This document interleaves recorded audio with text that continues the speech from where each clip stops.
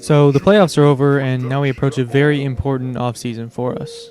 We took the Brooklyn Nets to 7 games after having a disappointing regular season record, and Ben Simmons has the potential to emerge as a superstar next year. But outside of him, this roster could use some work, and if we could get a second star next to him, that would be great, because I don't think Marvin Bagley is that second star. But before we get into that too much, let's get into a little bit of the offseason. Looking at player retirements, you can see that there is one notable name, and that is LeBron James.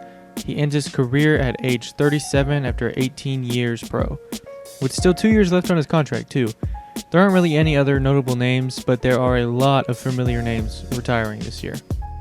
NBA staff retirements only include one guy, and that's Terry Stotts. I'm not entirely sure who Portland will go for at coach, but that will be interesting to see where it takes the franchise from here. For the Hall of Fame inductees, there's only one again, and that's LeBron James. He had an incredible career, and I know when this happens in real life, people are going to be hurting. But now we can move on to some things that pertain to us a little more, the draft lottery. We don't have a lottery pick, but it's still always interesting to see where people end up. The Knicks actually jump up from 6-1, but other than that, there's not too many people who are new to the draft lottery. Except the Nuggets, Lakers, Warriors. Okay, maybe there's a few new faces. But we have the 16th pick, which is pretty good and can be decently valuable for us. Side note, I imported the 2020 draft class since last year we only had auto-generated guys. So we get this year's IRL draft class just a year late. But honestly, we can get right into the NBA draft and see who we're going with and who we're going to have available with the 16th pick. So for us, we have guys like Patrick Williams, Josh Green, Isaac Okoro. But I drafted Okoro in the Timberwolves MyGM, so I probably won't draft him again, even though I like him a lot. The main guy I'm looking at, though, is Patrick Williams. He's a big athletic wing who can play multiple positions as well as guard multiple positions.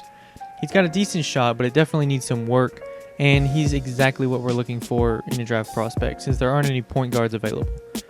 I mean, he's kind of Matisse Thybulle, but you can never have too many multi-position defenders. So yeah, that's the guy we go with.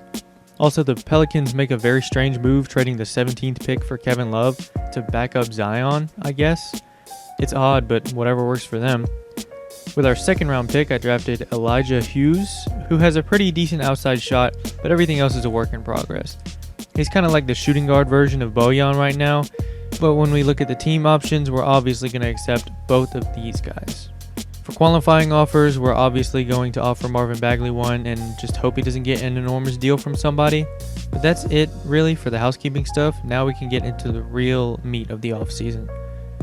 Our team is very well-rounded and balanced. We have a lot of decent to good guys off the bench, but I don't think this team is a title contender without a second star. But where do we get a second star? I already said earlier that I don't think Marvin Bagley is that second star, and I think all the things I saw in the Nets series proves why. Now, I'm not saying he's a bad player at all. He's like 22 or 23 with tons of room for improvement and potential. But with our group of guys that we have now, I think we need to take advantage of the window that we have currently. We aren't really getting any younger. If we were to obtain a second star, they would most definitely need to be great offensively. We have the personnel to cover up for any defensive weaknesses. I mean, look at the guys we just drafted and the guys we have on this team already. Ben Simmons is the potential defensive player of the year. Richardson is a very good defender. Thybulle is a great defender. And we have guys who can at least hold their own defensively off the bench. But our struggles are on offense. And we need a guy who can just get buckets. But around the league, who wants off their team that can just get buckets? I think a prime trade candidate for us right now is James Harden. His Rockets just got swept by the Mavericks after winning only 43 games in the regular season. And after Russell Westbrook, his next best teammate is a very regressed Eric Gordon. He's on an expiring contract worth like $44 million, but he's made it very clear he won't re-sign with somewhere that doesn't already have an established star who is on a long-term contract. What do you know? That's our situation. But obviously with the talent like James Harden, it won't be easy to trade for him, and we definitely won't be the only teams looking to get in on it. There are a few other teams out there that are throwing offers for Harden, most notably 3 teams, the Hornets, the Kings, and the Nets. Now you might be wondering why the Nets are in this. It's because Kyrie declined his player option and is testing free agency. Yes, they just went to the finals, but it's Kyrie. If it was any other player, I'd probably make them stay, but Kyrie is known to do weird things, so if he leaves, he leaves. The Nets' offer would look very similar to that of their offer for Embiid. but then it destroys their depth and KD is aging, so it might not be the best spot for Harden even if they did just go to the finals. The Kings and Hornets, on the other hand, are very different stories. The possibility of the Kings pairing up James Harden with De'Aaron Fox and Joel Embiid is frightening, even if their depth would be non-existent. They don't have a ton of young guys though, but I think they have all their first as well as the guy they just picked, Denny Advia? I don't know how to pronounce his name, but that's their main young guy. So they're definitely a strong possibility, but their trade package is a little weak in terms of players.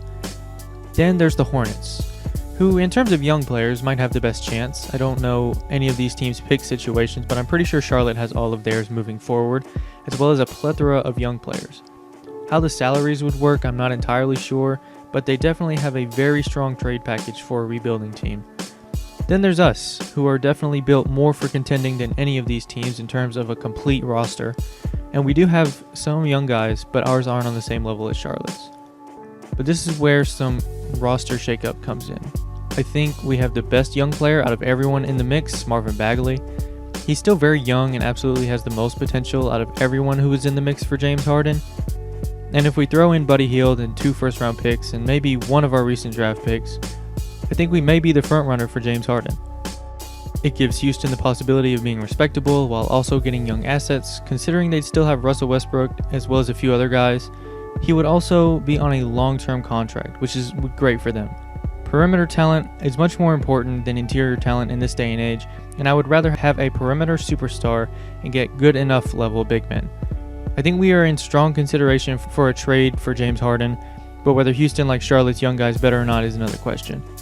This is something very big to think on, and if we are able to pull this off, we are immediate contenders. But that's it for now.